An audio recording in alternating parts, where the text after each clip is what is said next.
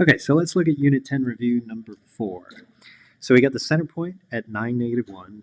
Radius is 13. We have to sketch x equals 4, that line. So if you can't remember how to do it, just think about the fact that x has to be 4. So, if this is where x equals 9, 4 would be a little less than halfway. So maybe like there. And so that's 4, 0. If we plotted 4, 1, it might be about here. 4, 2 would be about there. If you plotted everything where x equals 4, you're going to get this line right here. So this line right here is the line x equals 4. Okay, so that's part A. Part B says the line we just sketched should intersect the circle twice. So that's right there and right there. And we're supposed to figure out where those points are. Well, we pretty much are always making slope triangles on graphs. We know the radius is 13, so a couple good radii to draw, they have to start at the center. If I connect it to one of the points that I want, that's 13.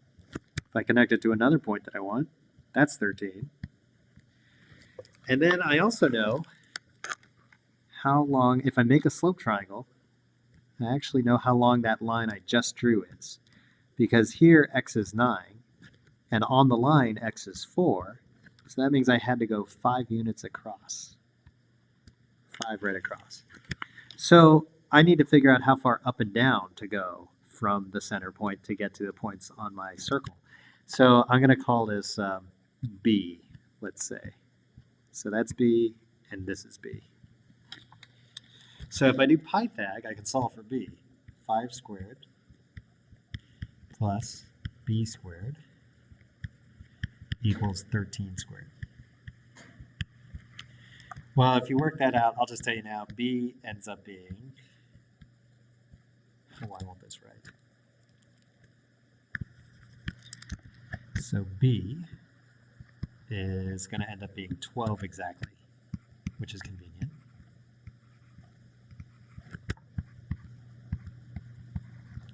So if I'm starting at 9, -1, I'm at 9, -1, and I go 5 units this way, and then 12 units up, then you know when you're at 9 and go 5 backwards, the x has to turn into 4. When I go up 12, the y values increase by 12, so it's -1 plus 12, that's 11. So 4, 11 is one of my points. And then if I go down 12, then I subtract 12 from the -1, so the y will be -13.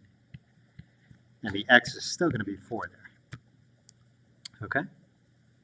So let's take a look at the next part. Is the point 16, 10 inside, outside, or on the circle?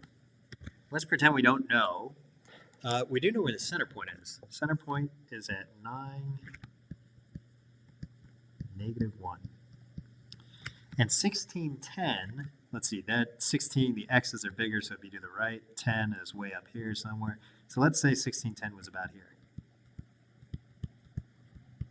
So what we can do is we can figure out how far apart these two guys are by making a slope triangle and doing Pythag. So let's see, -1 to 10, the up and down part is 11. And then 9 to 16, the across part is 7. So if I call this C, 7 squared plus 11 squared equals C squared. And that ends up being 170 here, equals C squared. So C is √170, which, by the way, is about 13.0384. Well, since 1610 is more, well, actually, let's say this. Since 1610 is 13.0384 units from the center of the circle, and the radius of the circle is only 13, that's given in the problem, the point 1610 is outside the circle. Okay. Let's see. You could also do this. That's just one way of doing it. Okay. Another way of doing it would be like this. Find the equation of the circle first. Well, the center is 9, negative 1. So it's x minus 9 squared plus y plus 1 squared equals r squared. R squared is 13 squared, which is 169.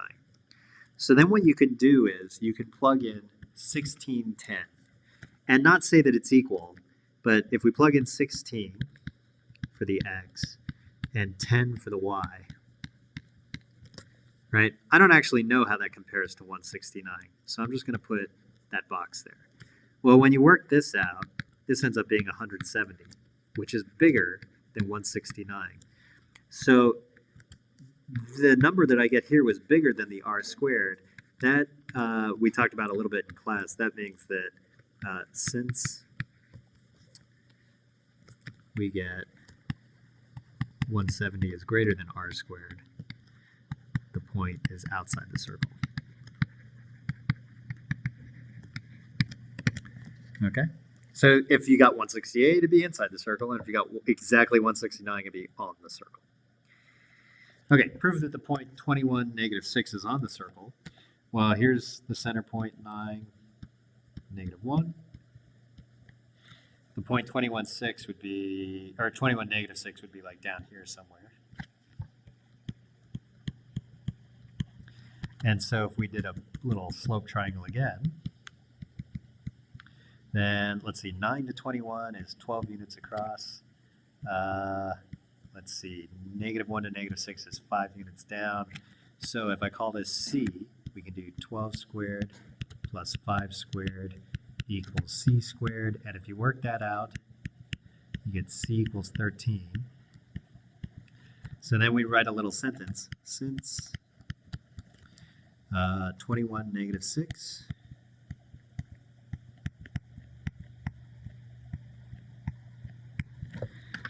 is 13 units from the center of the circle, and the radius equals 13, the point 21, negative 6 is on the circle. Okay, that's one way of doing it. The other way of doing it would be to plug it into the equation and show that you get 169. So if we plug that in, here's the equation of the circle again. If we plugged in the point 21, negative 6, we got 21 minus 9 squared plus negative 6 plus 1 squared. And then we're comparing that to 169, and the idea is that it should equal it. Well, when you work it out, you end up with 169 equals 169, and so then since it works in the equation, you could say it's on the circle. Okay? And then E, so let me put 21, negative 6 on here. That'd be like around here somewhere. I'm not quite sure where. 21, negative 6. And then I'll use a different color here. Let's do this one. And let's see, I'll transfer the slope triangle up here too. We figured out this was 12, this was 5, as we drew in the slope triangle. And this is 13. Okay, so let's see. What's the equation of the line tangent to the circle at 21, negative 6? So the tangent line is going to look something like that right there. Right? That's what we're looking for. Point slope form is y minus y1 equals mx minus x1. And let's see, the only point we know is 21 and negative 6, so that's going to be the x1 and the y1. We need the slope, though. Whoops, the slope. Okay, well, we know the slope of the radius is down 5 over 12. The slope of the radius is negative 12 over 5. And we've learned that the radius and the tangent that's drawn there are going to be perpendicular to each other, so this guy's slope would have to be 5 over 12. So that's what goes where the m is. So down here, y minus y1 equals mx minus x1. The y1 is 6, negative 6, so this becomes y plus 6 equals the slope x minus 21. And then on the side here, I'll say the slope of the radius equal negative 5 over 12. So then the slope of the tangent is going to be positive 12 over 5. And that's what goes here, 12 over 5. Okay, hope that helps a little bit. Oh, sorry, I messed up here. This one, it was negative 5 over 12, so this one is 12 over 5, which I did correctly down below. I just mixed it up in the diagram.